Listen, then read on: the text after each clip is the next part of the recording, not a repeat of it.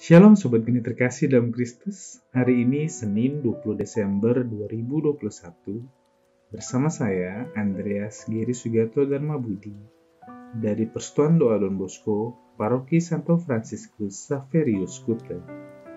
Izinkan saya hari ini mengajak kita semua untuk merenungkan bacaan Injil dari Injil Lukas bab 1 ayat 26 sampai dengan 38. Tema renungan kita hari ini adalah terjadilah padaku menurut perkataan. Sebelumnya mari kita bersama-sama membaca Injil hari ini. Inilah Injil Yesus Kristus menurut Lukas. Dimuliakanlah Tuhan.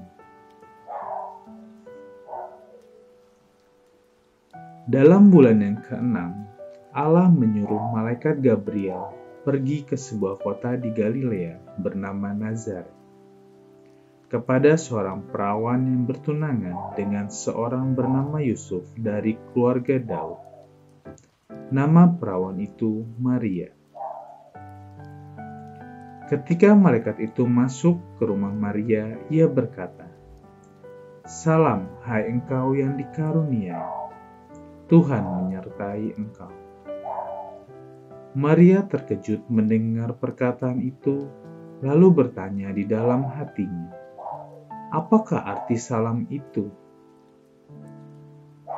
Kata malaikat itu kepadanya, "Jangan takut, hai Maria, sebab engkau beroleh kasih karunia di hadapan Allah. Sesungguhnya engkau akan mengandung dan akan melahirkan seorang anak laki-laki, dan hendaklah engkau menamai dia Yesus. Ia akan menjadi besar dan akan disebut Anak Allah yang Maha Tinggi. Dan Tuhan Allah akan mengaruniakan kepadanya tahta Daud, bapa leluhurnya, dan ia akan menjadi raja atas kaum keturunan Yakub sampai selama-lamanya, dan kerajaannya tidak akan berkesudahan." Kata Maria kepada malaikat itu, "Bagaimana hal itu mungkin terjadi, karena aku belum bersuami?" Jawab malaikat itu kepadanya, "Roh Kudus akan turun atasmu, dan kuasa Allah yang Maha Tinggi akan menaungi engkau. Sebab itu, anak yang akan kau lahirkan itu akan disebut kudus, Anak Allah. Dan sesungguhnya Elisabet sanakmu itu, ia pun sedang mengandung seorang anak laki-laki pada hari tuanya. Dan inilah bulan yang ke-6 bagi dia yang disebut manduh itu. Sebab bagi Allah tidak ada yang mustahil." Kata Maria, "Sesungguhnya aku ini adalah hamba Tuhan.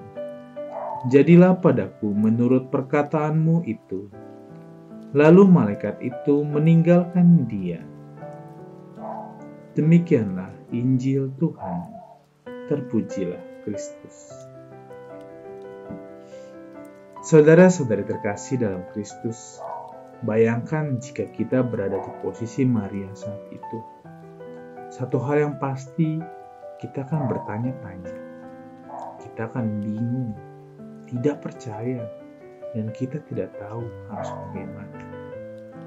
Kalau zaman now kita bilang galau. Sama seperti kita, ketika tiba-tiba kita diberikan sebuah tanggung jawab besar.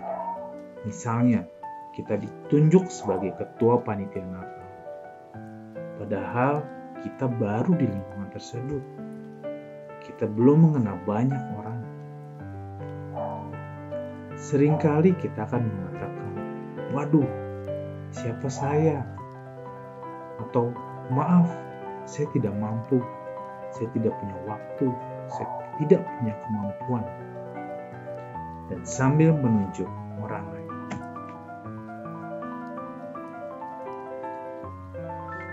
Allah Bapa sungguh baik. Dia begitu baik kepada kita. Karena ketika menciptakan manusia, kita diberi satu paket lengkap. Bukan hanya anggota tubuh, tetapi juga akal budi dan pikiran kita.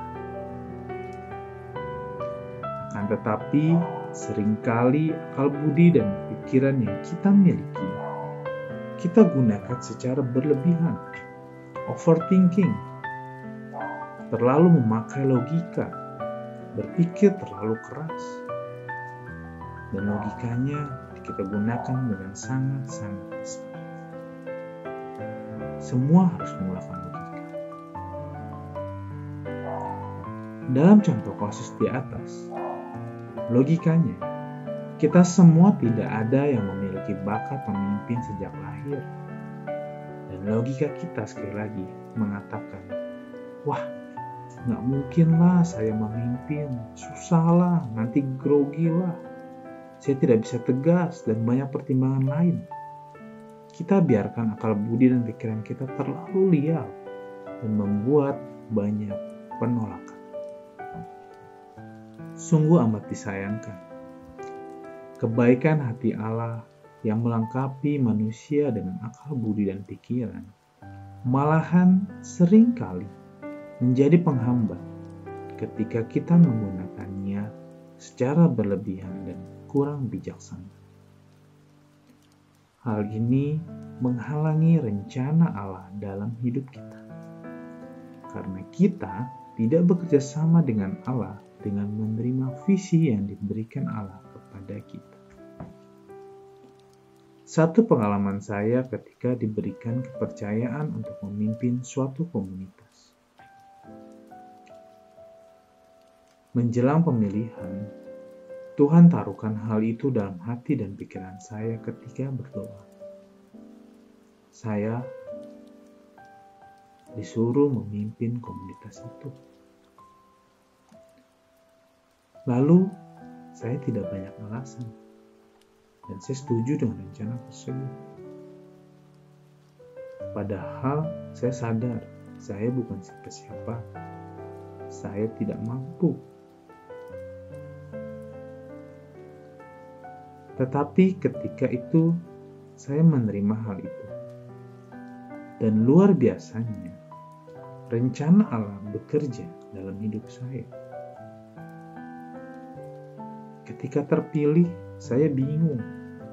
Siapa yang harus saya ajak untuk menjadi anggota tim pelayanan yang akan bekerja sama dengan saya untuk melayani di komunitas tersebut?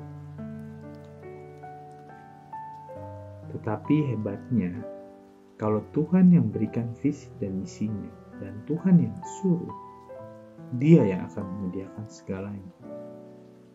Dan singkat cerita, saya mendapatkan anggota tim pelayanan yang dengan tulus hati mau dan secara sukacita mau ikut melayani bersama saya di dalam komunitas tersebut. Dan hal itu tidak sulit dilakukan. Tuhan menggerakkan hati orang-orang tersebut untuk mau menjadi pelayan-pelayannya, untuk mau melayani di komunitas itu bersama saya. Akhirnya tim kami lengkap dengan berbagai talenta yang saat itu saya tidak tahu si A bisa apa, si B kemampuannya apa, si C talentanya di mana.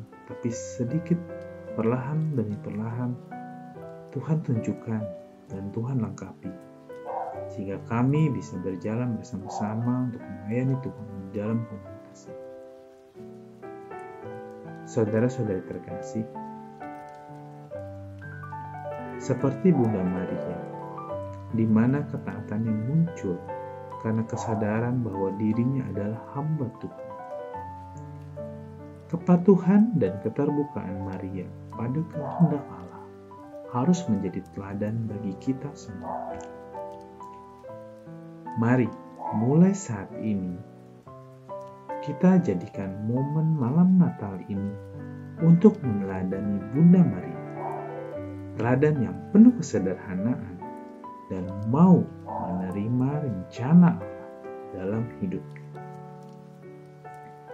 Sesungguhnya aku ini adalah hamba Tuhan.